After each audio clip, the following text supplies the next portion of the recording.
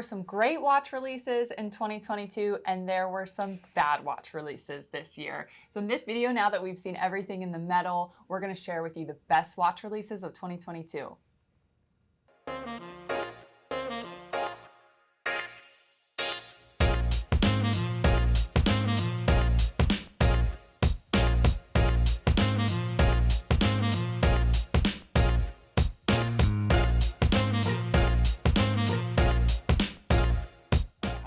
Welcome back to Oliver Smith Watches. I am George. This is Elizabeth.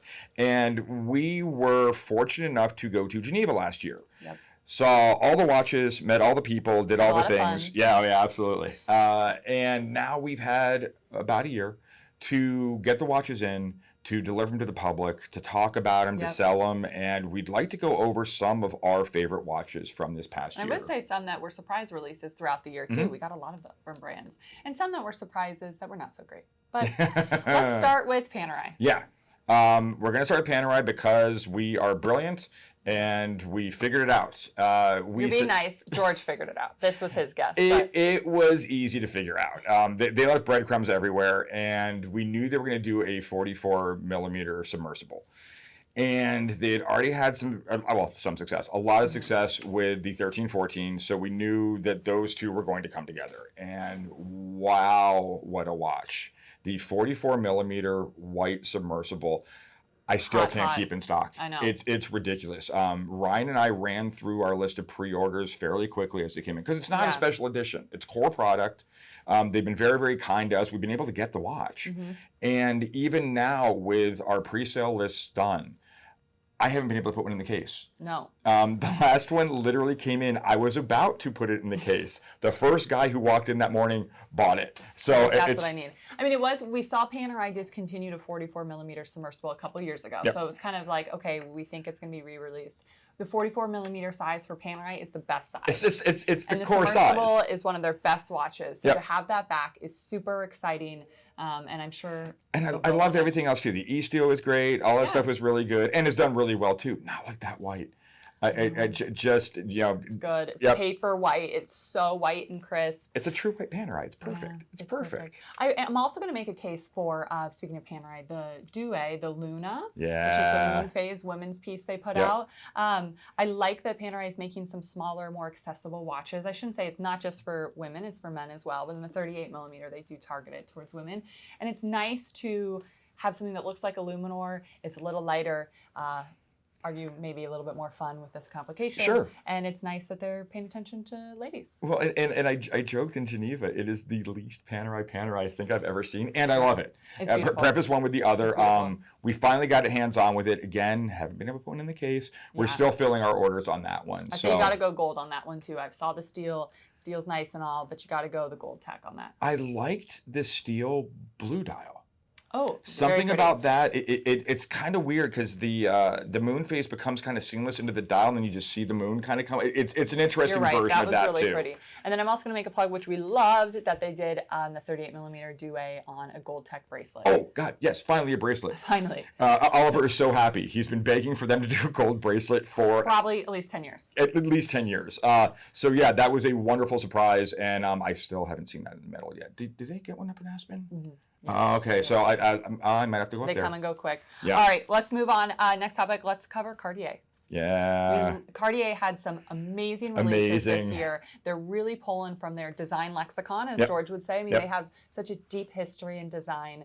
The first watch we fell in love with was the Chinois, the tank. Yeah, for me, and it's funny too, because they did a couple of special edition versions with the lacquer dials, the enamel stuff. It was that platinum one. I kept going back to it. I kept putting it on. It's just a perfect watch. Now, these are more difficult to get. Yes. They're not necessarily, well, I think that the lacquer ones are application pieces, but it's not like you're going to walk into a Cartier boutique, a Cartier authorized dealer, and just be able to pick one up. I think it was each one, the platinum and the gold was one of 150. I believe you're correct, and that's global, so hard to attain. However, and we don't like talking about unattainable watches that much, because it's just like, okay. I don't want to tease you, I did just see a couple of these floating around in the pre-owned world. So they're out there if you really love it. I mean, the structure was just perfect. I love that it's a little whimsical and playful, like let's have fun with our watches. It checked all the boxes. Yeah, let's move on. So the tank with the black dial. It's it's none more black. It is just a perfect version of that watch. And growing up in the era where the first muffs came out and all that kind of stuff, it does appeal.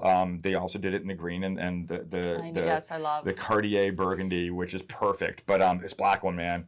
It's almost like a phantom black in person. It's not phantom black, but it's so dark.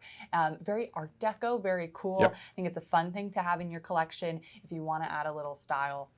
Something different. And then the newest watches from my favorite upstart brand, man, Parmigiani Fleurier.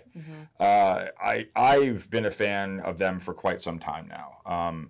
I've owned a Toric. As you guys know, we did our 40th anniversary double signed piece with them in the Tonda. And then they came out with this Tonda PF, man, and just talk about stepping your game up. I know. Everything's been touched. Everything's been thought about. This like stripped down, clean version, movements, bracelets, everything. Just better, better, better. I have never worn a watch so comfortable. The Panerai gets close for me, but this bracelet and the watch design, I mean, it feels like butter the way it wraps around your wrist. It's so comfortable. It's really hard to describe until you can see it live. Even right next to the GT, my beloved GT, which I still have, I'm not getting rid of it, the fantastic watch, I'm going to add. And I don't add often to my collection. It's kind of a self-preservation thing. Being in the industry, you can't take all the puppies home. It's true. This is one I might need to have. This chrono in particular was my absolute favorite. And the design, I mean, they're so aesthetically pleasing because they follow the golden rule of nature. Yeah. So everything on there is mathematically and proportionally correct. And in your mind, when you're looking at it, you don't see that side. You just see, wow, this is a really beautiful, aesthetically pleasing It equals watch. pretty, yeah, absolutely. You can't really deny pretty. it. We wanted to talk about, speaking about independent and upstart brands, also Moritz Grossman. Yeah, and unfortunately, I don't even have one to show you. We are new to the Moritz Grossman family. I was absolutely blown away by the level of finish on these watches.